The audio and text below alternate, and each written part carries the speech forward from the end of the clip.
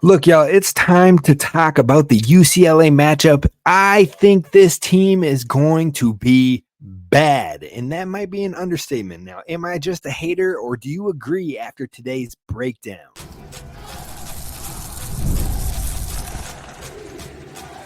You are Locked On Golden Gophers, your daily podcast on the Minnesota Golden Gophers, part of the Locked On Podcast Network, your team every day. Man, you're listening to Locked On Golden Gophers, part of the Locked On Podcast Network, your team every day. My name's Kane Rob, host of the podcast, former collegiate football video coordinator and recruiting assistant, here to talk Golden Gophers with you each and every day of the week, Monday through Friday. And right now we are in a series behind enemy lines. We're breaking down every single Gophers opponent in the series, or in the season, I should say. And this week we are talking about week 7 opponent in the UCLA Bruins. And look, I don't know about y'all, but I just absolutely am feeling the new intro. I hope you are as well. We got the chant going on. We got some vibe music going on. I always get jacked to do a show. So hopefully y'all enjoy the opening as well. But like I said, today we're breaking down the UCLA Bruins. And on top of that, we're going to talk about their strengths, weaknesses, and the make or break in that matchup. But then we're going to talk about the Gophers getting recognition in some watch lists. And could that mean positives for the Gophers moving forward in this season? Could it mean maybe some upside to the Gophers? We'll dive into all that today. So be sure to hit subscribe over on YouTube. Be sure to hit like, thumbs up, whatever that may be for you on YouTube or wherever you get podcasts. Leave a 5-star review so others can find the show. But we are almost to real football, folks.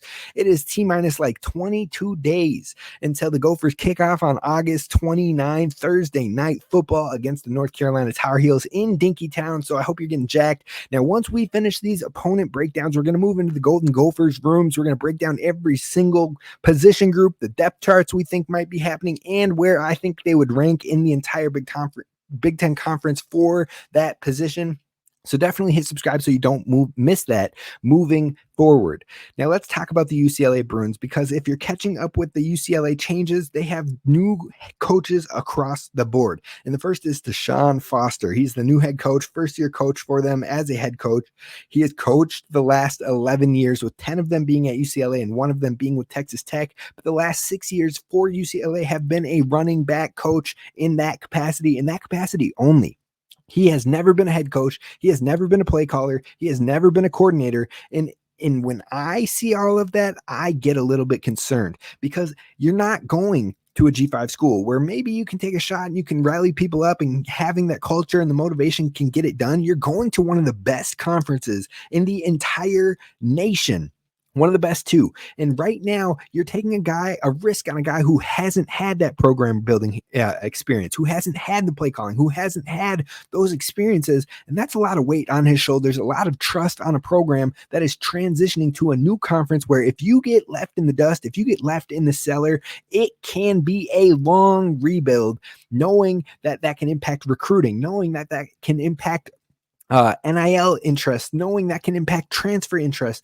It could be a long time to rebuild if UCLA does not get this right. So overall, the players rallied behind him. They were excited about it. They wanted to see him there. And ultimately, the AD hires him. So Deshaun Foster has a lot to prove in year 1. Now, I'm not sure it was the right hire for program longevity, especially in a transition year, but we're going to find out one way or the other. Now, what he did do that was positive, very positive in my eyes, is he brought in a new offensive coordinator in Eric Bieniemy. If you don't know that name, you have not been paying attention to the football spaces, because Eric Bieniemy was Andy Reid's right-hand man for so many years. He was been with Patrick Mahomes for so many years. He has been in that offense. He understands how to work with high-powered offenses. And so he has a lot of experience in that department, and even working with the Washington Commanders at the offensive coordinator position just last year. He was able to take a team that was kind of in dismay, that didn't have a good offensive line. They were one of the worst in pro football. On top of that, he had Sam Howell as his quarterback. Sam Howell, a 5th-round draft pick, who you don't know if he's really going to be a franchise guy. He didn't seem like he was, but he made him look serviceable. And now Sam Howell is a backup quarterback elsewhere. But Eric Bieniemy made that offense look better than it was. It was a top 15 passing offense in the league, even with those things I just mentioned.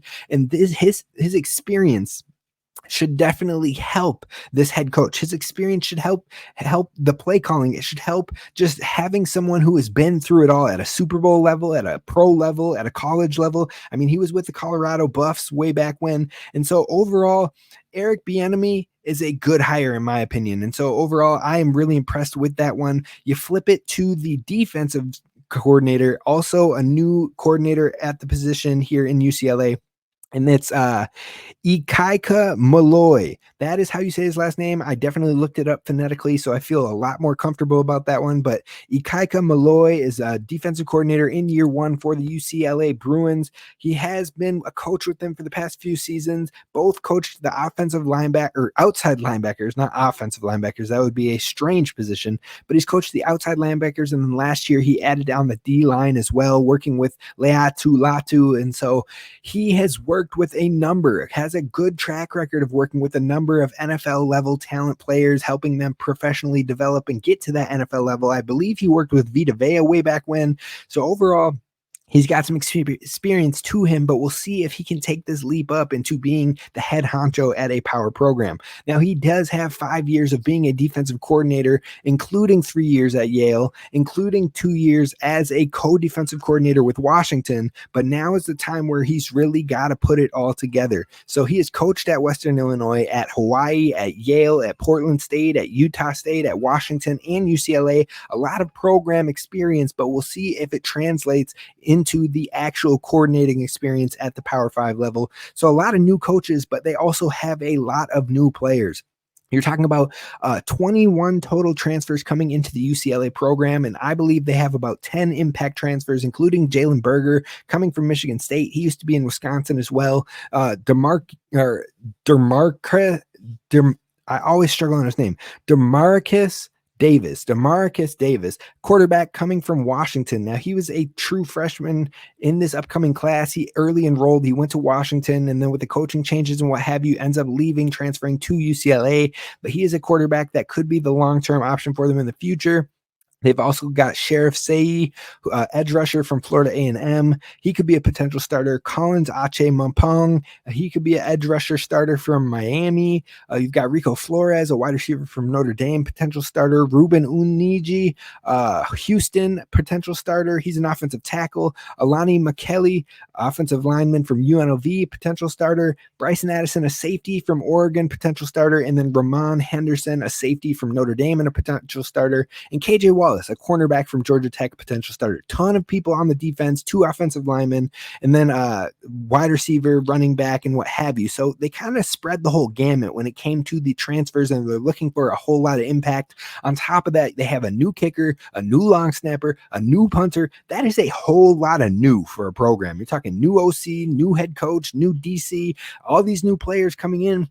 It's going to be hard not only to transition to a new conference, we didn't mention that one, plus all these new players, and that's going to be a whole lot of new, which to me sounds like it's going to be a struggle year, and that is the worst time to have a struggle year, is in a big transition like this. So overall, I am expecting UCLA to be a bottom 3 team in this conference, and a lot of people are putting them in the middle of the pack, but I am not there, and I am not buying in unless you can give me, I've done research on this team now, and unless you can give me some real logical belief on why that would happen, I just don't know. I think it's too much new in order to believe in this team.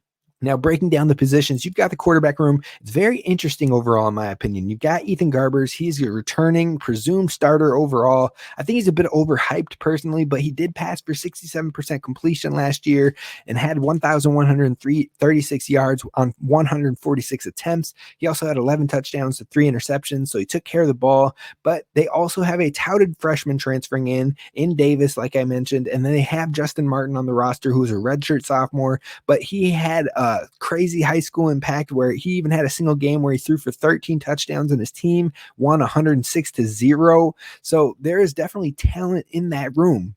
And with Bieniemy as your offensive coordinator running the offense, that could bring out a lot of the talent and maybe the upside of this UCLA offense. Now in the running back room, they have a really good talented back in Harden, and he is the leading back in this room. Last year, he kind of split reps with Carson Steele. Both of them had over 800 yards rushing, but He's going to be the main guy this year, I think. And 827 yards with 5.3 yards per carry on 8 touchdowns last year. Definitely good numbers across the board in a splitting capacity. If he takes on the full load, he could be a guy who is maybe a plus 1,000 yard rusher, maybe a 10 touchdown rusher, but overall, he's got a lot of upside to him. Now, you've also got Keegan Jones and Jalen Berger. That should be serviceable spellbacks for this room, but I think this room goes as TJ Harden goes. So if he goes down, this room takes a hit for sure. They also have a freshman in Cameron Jones who holds a lot of upside in the long term for this UCLA program. Now, moving it over to the wide receiver room, I think the top end of this wide receiver room is very good, has a lot of upside, and it begins with the beast of a man in J. Michael Sturdivant. He comes in at 6'3", fast as heck as well, and he is going to be a tough guard for every team in the conference. Now, last year he had 597 yards, 4 touchdowns, and he will look to build upon that. They also have their leading receiver in Loya back, who had 655 yards and 5 touchdowns, plus a new transfer addition coming in Rico Flores from Notre Dame, plus a prized true freshman 4-star who ended up staying committed to UCLA and could be used as soon as his freshman year in Quasi Gilmer. So you look at that receiver room, ton of upside. Running back room has a really good lead back, and then the quarterbacks has talent, but how will it play out? Those are the big questions. Tight end room, they use them as weapons in both the run blocking and the pass catching game, and their most productive tight end in Malaki is back, so he will look to lead that room and continue to build on that promising room. But overall, you've also got the offensive line. 3 full-time starters coming back, Holsteg, Carlin, and DeGorgio. Now, Holsteg is the only one that graded above average when it came to PFF grading, but regardless, having that much returning starting power on your offensive line is usually a positive because you can keep on building from the chemistry and the timing and the whole offensive scheme. It's usually better the more starters you have coming back. They can keep building on their strengths and progressing forward. Now, they also bring in 2 transfers. Alani, who started all year for UNLV, slightly below average grade on PFF, and then Ruben from Houston, who is a decently below average grade. UCLA will need all of them to improve to be at their best, but their offense has some potential pieces for sure. With this offensive coordinator, they could come together nicely, but it'll hinge on the quarterback play and that offensive line coming together. Now, you flip it to the defense, and last year, 10th in total defense, 61st in pass defense, 2nd in the nation in rush defense, 14th in scoring defense, 12th in the nation in turnovers gained. But this was a huge strength of theirs, but they also lost their defensive coordinator in charge of it all to their rival program in the USC Trojans. We talked about him on yesterday's show. So this is an area I expect will actually probably hurt the UCLA Bruins the most moving forward in the 2024 season. This defense will be a defensive coordinator who hasn't truly proven himself, especially at a power level stage. And with a lot of transfers coming in, it's going to be piecemealing it all together. And that can be tough, especially in a transition year. And then you look at their recruiting, and I think, first of all, their class was very small, only 10 commits total, but they have 1 4-star in Quasi Gilmer, 6'2" out of California, who could make an impact right away as a freshman. So if UCLA is going to dodge the bottom 3 finish that I am predicting for them, then Bieniemy is going to need to do a lot of the heavy lifting. But what are their strengths? What are their weaknesses? What is the make or break for this Week 7 matchup? That's what we're talking about coming up next. First, I want to talk to you about the best ticketing app, in my opinion, and that is none other than Gametime, because Gametime has you getting the best deals, last-minute deals. Save up to 60% on buying, last-minute deals for sports, concerts, comedy, theater, you name it, they've got it over at Gametime. Plus, they are an authorized ticket marketplace for the Major League Baseball, which makes tickets getting faster, and it also makes it easier. Prices on Gametime actually go down the closer you get towards the first pitch. So with killer last minute deals, all in prices, views from your seat, and the lowest price guarantee, Gametime is taking the guesswork out of buying MLB tickets and more. So definitely give them a try. Plus, they have the Gametime ticket coverage, which your purchase is covered with the most flexible customer service policy in the ticketing industry. It sounds like a win to me. So overall, take the guesswork out of buying tickets with Gametime. Download the Gametime app, create an account, and use promo code LOCKEDONCollege for $20 off your first purchase. Again, terms apply, but download the Gametime app, create an account, and use promo code LOCKEDONCollege. That's LOCKEDON college for $20 off your first purchase. Download Gametime today. Last minute tickets, lowest price guaranteed.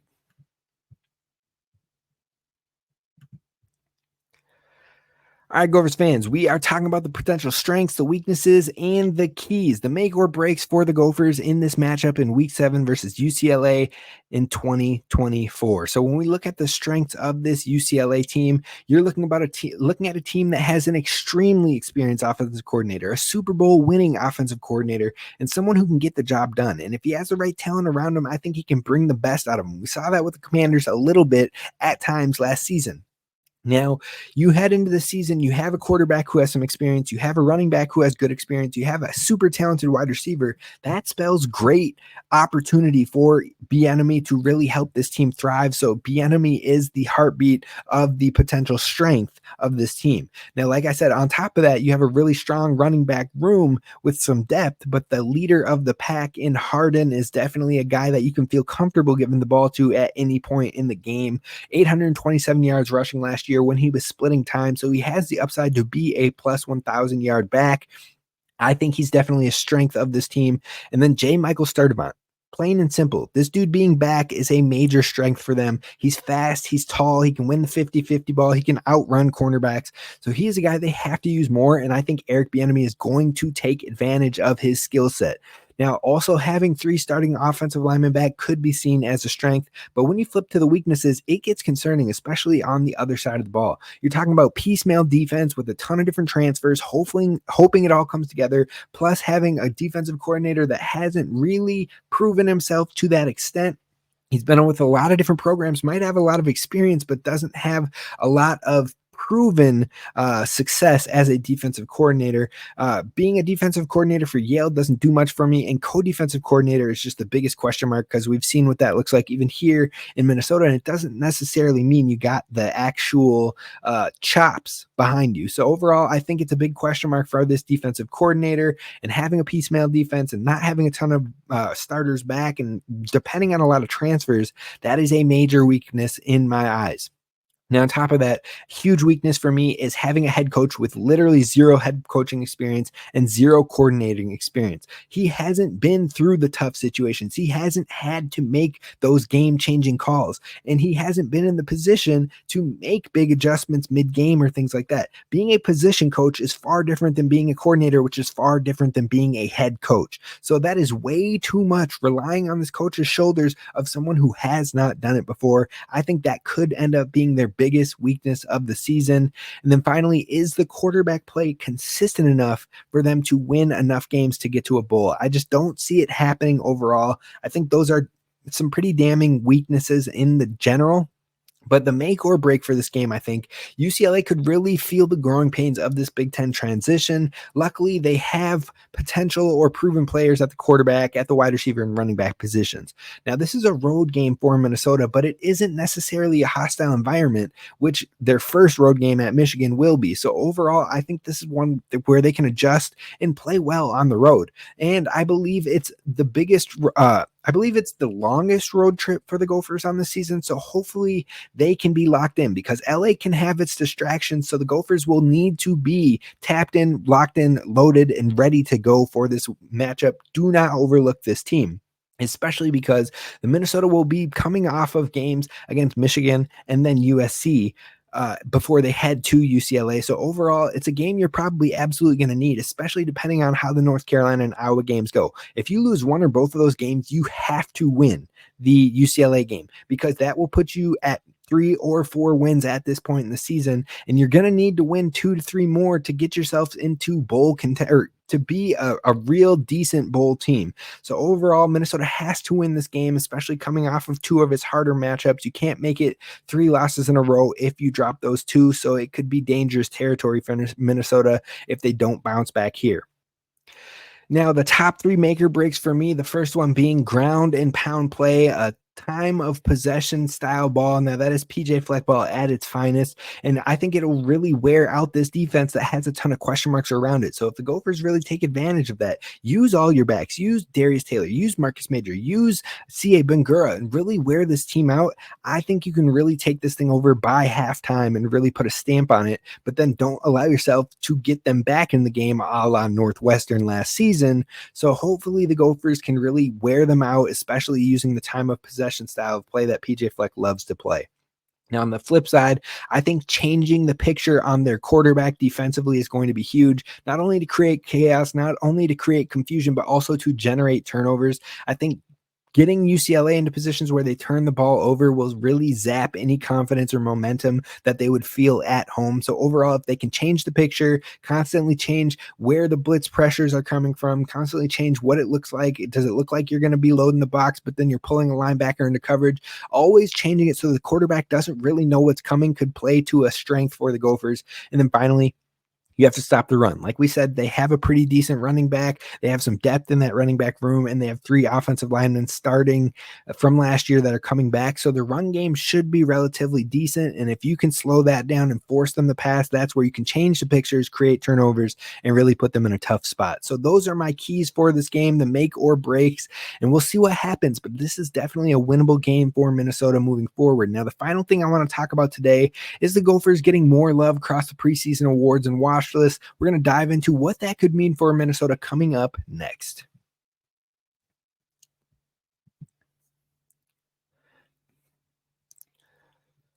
All right, Gophers fans, we're wrapping this one up talking about the potential success for the Gophers along with these preseason watch lists and awards watch lists. I think that's promising for the Gophers season overall. Not only did Darius Taylor get that Maxwell Award recognition, Ariante Ursery got the Outland Watch List Award recognition, but they keep on rolling in. Dragan Kesich just got put to the watch list for the Lou Groza Award, Best Kicker. DT got another watch list with the Doak Walker Award, best running back in the country. Daniel Jackson got a watch list for the Biletnikoff for best wide receiver in the country. And then Darnell Jeffries got on the watch list for comeback player of the year. It feels like some of the most awards watch lists that we have been seeing across multiple positions for the Gophers, which the only thing really missing is maybe a quarterback award or some preseason All-Americans, but overall, you're getting a lot of love for the top-end talent of the Gophers. So could that be telling of some positive success on the season, having that high-end talent and having guys that could be some of the best in the country? If you're able to get that, it should generate some excitement, but it also should generate some respect if you can win some big games. And the Gophers are going to have opportunities to win big games early on in the season, including North Carolina and Iowa. You turn both of those into wins, and you do it with a lot of production, especially on the offense, with a lot of those guys being offensive players. If you do that, you're going to find not only those guys in successful positions to be all conference players and to be in the top end of those watch lists, but also to continue to find NFL success for interest, I should say. And a lot of these guys could be getting NFL interest across the next couple years. Darius Taylor, maybe even next year.